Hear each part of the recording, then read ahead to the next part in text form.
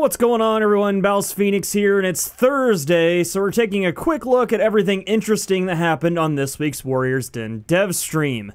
Contrary to the last few weeks, this one had some pretty interesting info packed into it, so let's go ahead and jump in. First up, as the title of this video suggests, there is a sizable balance patch coming next week that affects a good chunk of the heroes in the game, and with that, they're also taking a look at a large portion of the game's feats.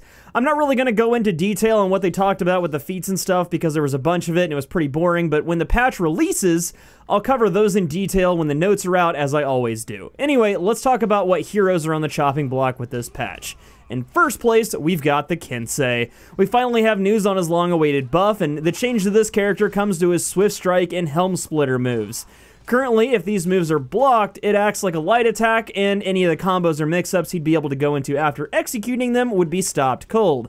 With his new buff, they'll kind of act like a heavy, where you can Swift Strike and Helm Splitter, and even if they're blocked, you can still go into his top unblockable mix-ups too. The recovery time has also been decreased, so if someone blocks your Swift Strike, you can tech the guard break that the enemy does afterwards. This is a decent buff, but honestly, from my 100+ hours of playing Kensei, I can tell you that at high level, more often than not, people just parry these moves, especially the Swift Strike. We'll see how it plays out, but I wouldn't get too excited. I don't think this is going to be the exact buff that he really needed. Next up, Warren is getting a nerf yet again to his Shoulder Bash mix-up. After the update, from what I understand, he won't be able to cancel the Shoulder Bash into a guard break at the second level of his charge, so you have 0 to 400 milliseconds essentially. If he wants to cancel into a guard break, he'll need to do it on the first level of charge up, which is pretty much what most Warden players do already, if I'm not mistaken. You guys can correct me if I'm wrong on that, but it just seems like more beating around the bush on this one. We'll see, though. The Shinobi is the next character I wanted to take a look at, and holy hell, they took a hatchet to this guy. Those of you that hate the dreaded 50-50 double dodge, where it can either be a kick or a guard break, fret no more, because after the patch, Shinobi will no longer be able to guard break immediately after double dodge. This is a pretty big deal considering that was one of his strongest mind game tactics. They just straight up ripped it out of the game, and on top of this, there will now also be a small window to interrupt the kick with a light attack on reaction. The kick has a small frame window where it's interruptible, but after that, it retains the same properties as it has now. Lastly, for Shinobi, they're also taking a look at his ability to punish you for punishing him on Wake Up when you tech one of his ranged abilities. For this, they'll probably just add more wake-up frames or something like that. I can't really see that being too complicated to work with. Anyway, the last character getting a visit from the Nerf Fairy is the Warlord. The distance on his throw to the sides is being decreased from 10 meters down to 4 meters. His forward throw is going to remain the same, but now his omnidirectional ones are going to be a lot shorter. So, with all this taken into consideration, we didn't receive any more news on what they're doing to Orochi, Conqueror, or Nobushi.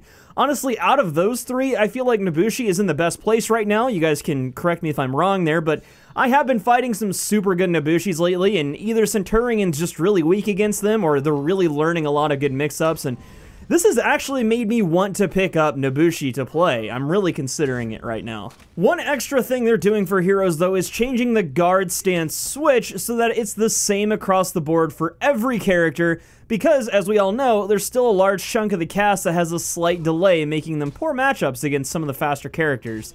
Anyway, hero stuff aside, as far as the game mechanics go, they're changing the revive time in all modes so that this is the same time to revive a teammate across all game modes. If you notice, reviving is a lot quicker in Elims as opposed to Dominion.